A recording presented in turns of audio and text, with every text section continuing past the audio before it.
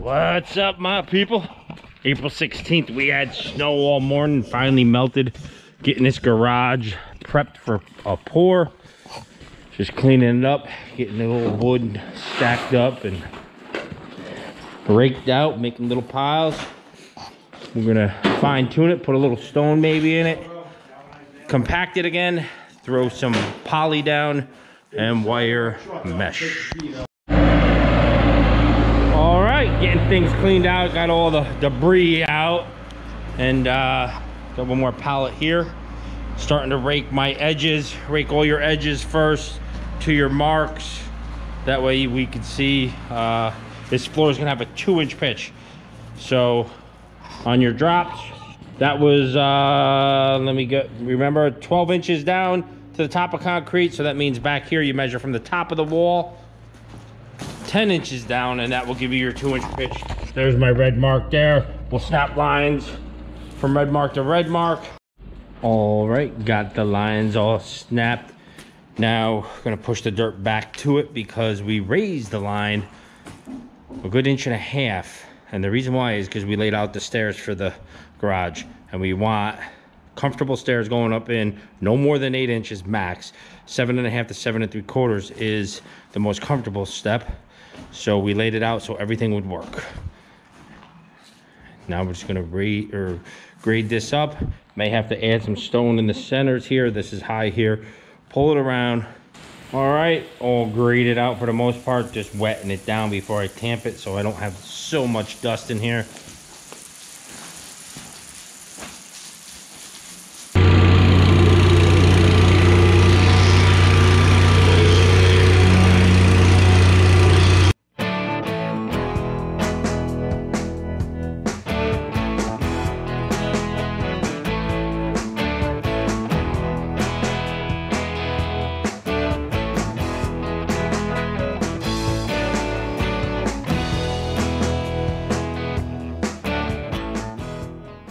All right, so I got some string lines up. One over there, one there on nails. One on each door where the line is. I made an X. I'm measuring down with a tape measure. That's 6.5. That's 6. That's 5.5. So we're shooting for a 5-inch floor, so we are 1.5 inches low there. We'll measure this string now. Make our marks. So 6.5, 6,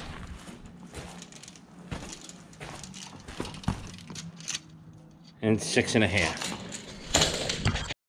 So this was 6.5. And just write them down so you know. When you come in with the machine, you can just sprinkle it and go. And this was 6.5 again. All right, and I got one more nail over here, and I'll throw a string up right here and do the same, then bring in some stone. Back on site, grabbing some stone from the garage.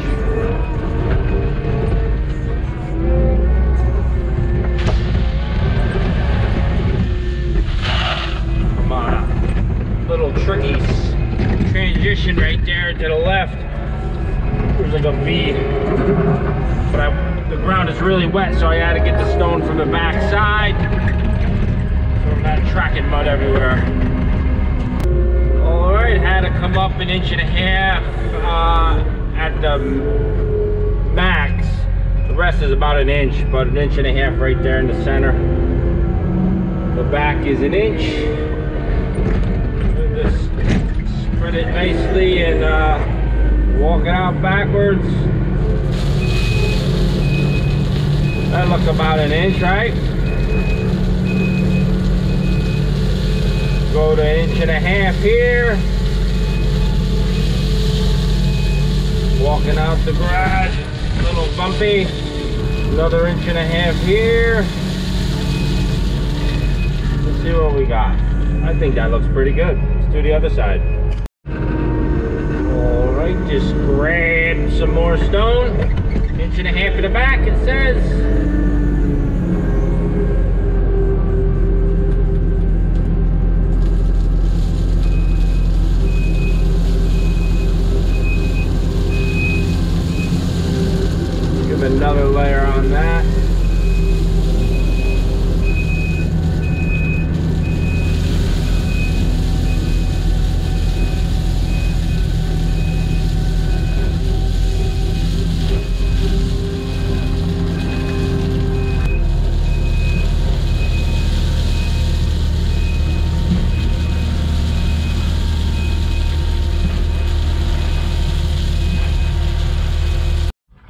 All right, after a lightly tune up with the rake, didn't need much. Looking good. Let's put the boards on the front. All right, boards going in. Just gonna set them on the ties here. There's foundation ties that are actually at the right height. Just gonna clean this up. Phones are ringing.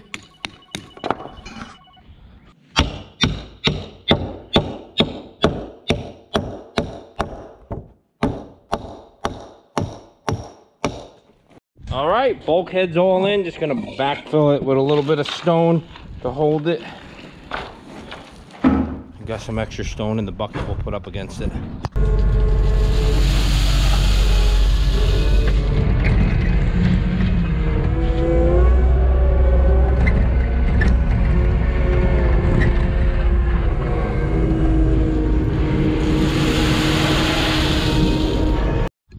Backfilled with the stone.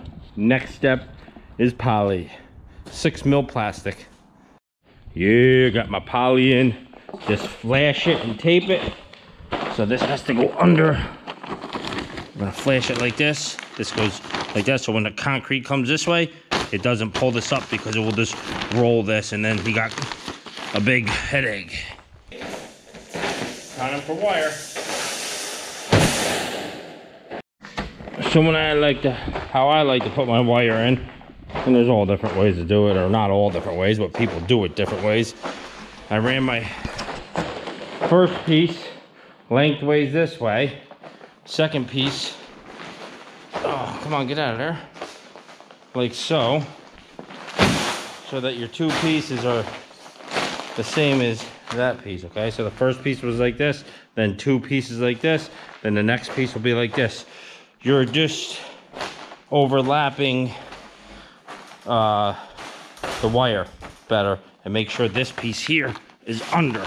So when we go to tie it, because we could use the wire itself to tie, you're gonna come in here, and then these will all get bent up like this and over. You just take your bolt cutters and twist these over. That locks them all in. So when we go to lift the wire, when we pour, everything stays in one. It doesn't, because concrete could actually peel it up too. So now that we went this way with this one, the next one is gonna go like this, and it's gonna stagger that joint that's right here. We have the joint that's overlapped on this one. This is actually the 2 pieces here. And we'll tie those. You can tie those with twisty ties or cut this and wrap it up around. And then it dead ends into the full one here. So you're always breaking a joint. It just makes it so it's stronger and has less chance of a crack going through and all that jazz. Yeah, she's getting there. Got a couple more pieces. Got to make a couple cuts. Got enough there, so you're just gonna notch it here and then slide it to the board. 1 square notch. This cut's nice and easy too. Like this. Cut that notch out.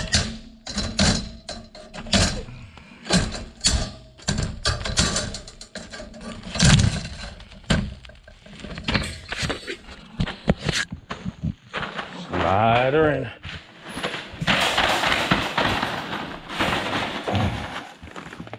Nice and nice. All right, my people, all in, tied down.